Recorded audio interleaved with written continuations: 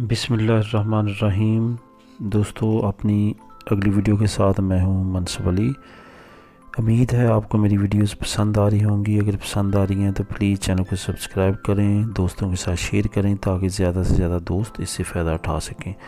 दोस्तों, आज इस वीडियो में जिन टॉपिक पे मैं बात करूँगा उसमें मज़दूर अफराद की देखभाल के लिए और बुज़ुर्ग अफराद की देखभाल के लिए जो कॉन्ट्रैक्ट की ज़रूरत पड़ेगी आपको, उसकी मालूमात है। उसके बाद एग्रीकल्चर के शोबे में आपको जो कॉन्ट्रैक्ट की ज़रूरत होती है उस पर बात करेंगे और इस पे मज़ीद बारीकी में जो टॉपिक्स हैं हमारे, जो काफ़ी दोस्तों के जहन में क्वेश्चंस हैं, उन पे बात करेंगे। सबसे पहले बात करते हैं बुज़ुर्गों की देखभाल और मज़दूर अफराद की देखभाल के लिए जो कॉन्ट्रैक्ट होगा, इसमें क्या शराइत हैं। इसमें मज़दूर और अफराद की देखभाल के लिए या तो डॉक्टर ने या इनका एक डिपार्टमेंट है ASL, उन्होंने बाकायदा एक सर्टिफिकेट जारी किया हो उस मज़दूर या बुज़ुर्ग फ़र्द को कि आपकी देखभाल के लिए 1 या 2 बंदों की ज़रूरत है, तो वो आपको कॉन्ट्रैक्ट देने के मजाज हैं और उस पर पेपर भी निकल आएंगे। और इसमें एक अच्छी बात ये भी है कि बुज़ुर्ग और मज़दूर अफराद की सालाना बचत नहीं देखी जाएगी। इन पे डायरेक्ट वो सर्टिफिकेट देख के या डॉक्टर की कोई भी रिटर्न देख के कि इसको बंदे की ज़रूरत है, तो उस पर आपको जो कॉन्ट्रैक्ट इशू होगा उस पर आपके पेपर निकल आएंगे। इसमें कोई ज़रूरत नहीं है कि उसकी सालाना इनकम कितनी है। ये आर्टिकल नंबर 68 है जो कि 28 मई 2017 को पास हुआ था। उसके मुताबिक, कानून के मुताबिक आपको पेपर मिलेंगे। उसके बाद अगली जो बात है वो है कि कुछ दोस्त जो है वो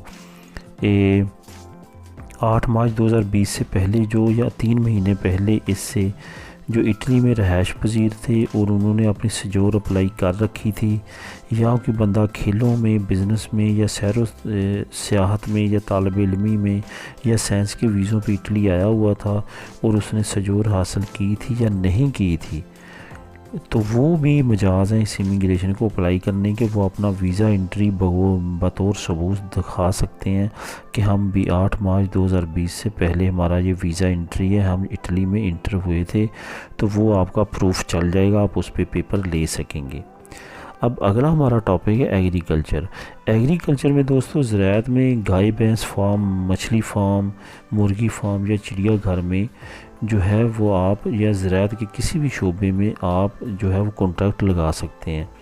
और इसके लिए ज़रूरी क्या है कि जिसने आपको कॉन्ट्रैक्ट देना है वो किसी न किसी जनता मिनतों के पास, जिसको कमूने कहते हैं, वहाँ पे वो रेजिडेंट हो और वो अप्लाई कर सकता है फिर आपका कॉन्ट्रैक्ट, यानी कि रहायशी हो और यूरोपीय शहरी का जो रजिस्टर्ड है वो अप्लाई किया हो। अगर आप किसी पाकिस्तानी, बांग्लादेशी, श्रीलंकन, इंडियन से लेना चाहते हैं कॉन्ट्रैक्ट, तो उनके लिए भी ज़रूरी है कि उन पे ऑलरेडी कोई ना कोई ऐसा टैक्स का या ऐसा कोई मसला, जो मेरी लास्ट वीडियोस में मैंने बताया था, ऐसा कोई मसला ना हो, वो मुजरम ना हो, सज़ा याफ्ता ना हो। मेरी लास्ट वीडियोस में इस टॉपिक पे बात हो चुकी है, तो वो आप देख सकते हैं। इसके बाद मालिक की सालाना बचत की पे भी बात हो चुकी है कि 30,000 ये उस कैटेगरी में आ जाता है जहाँ भी ये एज ए बिज़नेस कर रहा है, अपना फार्म हाउस चला रहा है या कैटल फार्म चला रहा है, तो वहाँ पे 30,000 यूरो सालाना इनकम होनी चाहिए, बचत होनी चाहिए। एक चीज़ का आपने ख्याल रखना कि 30,000 से 1 यूरो भी कम ना हो, ऊपर हो तो वो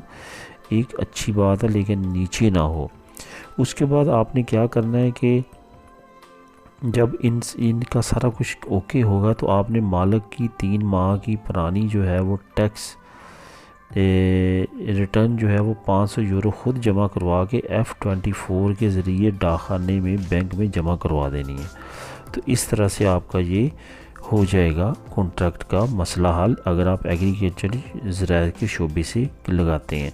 तो दोस्तों, इस वीडियो में हमने जो टॉपिक कवर किए हैं वो किए हैं कि मज़दूर और बुज़ुर्ग अफराद की देखभाल के लिए कॉन्ट्रैक्ट और एग्रीकल्चर से रिलेटेड जो कॉन्ट्रैक्ट है उस पे आप किस तरह वीज़ा अपनी इमिग्रेशन अप्लाई कर सकते हैं इटली की। तो नेक्स्ट वीडियो में हम करेंगे कि जिन दोस्तों के पास 6 माह की सजोर है वो क्या अप्लाई कर सकते हैं, या जो दोस्त कैंप वगैरह में रहते थे या कैंप्स में हैं उन, या जिन्होंने पहले सजोर ली थी एक्सपायर हो गई या टैक्स नहीं सही, ये सारी कवर करेंगे अपनी नेक्स्ट वीडियो में। तो मिलते हैं अपनी नेक्स्ट वीडियो में, वहाँ पे आपको इन टॉपिक्स पे बात करेंगे। मैं अलग-अलग टॉपिक पे इस वजह से बना रहा हूँ कि मिक्स अप ना हो, ताकि आपको सही तौर पे समझ आए।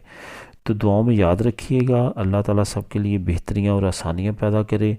चैनल को सब्सक्राइब करें ताकि मज़ीद वीडियोज़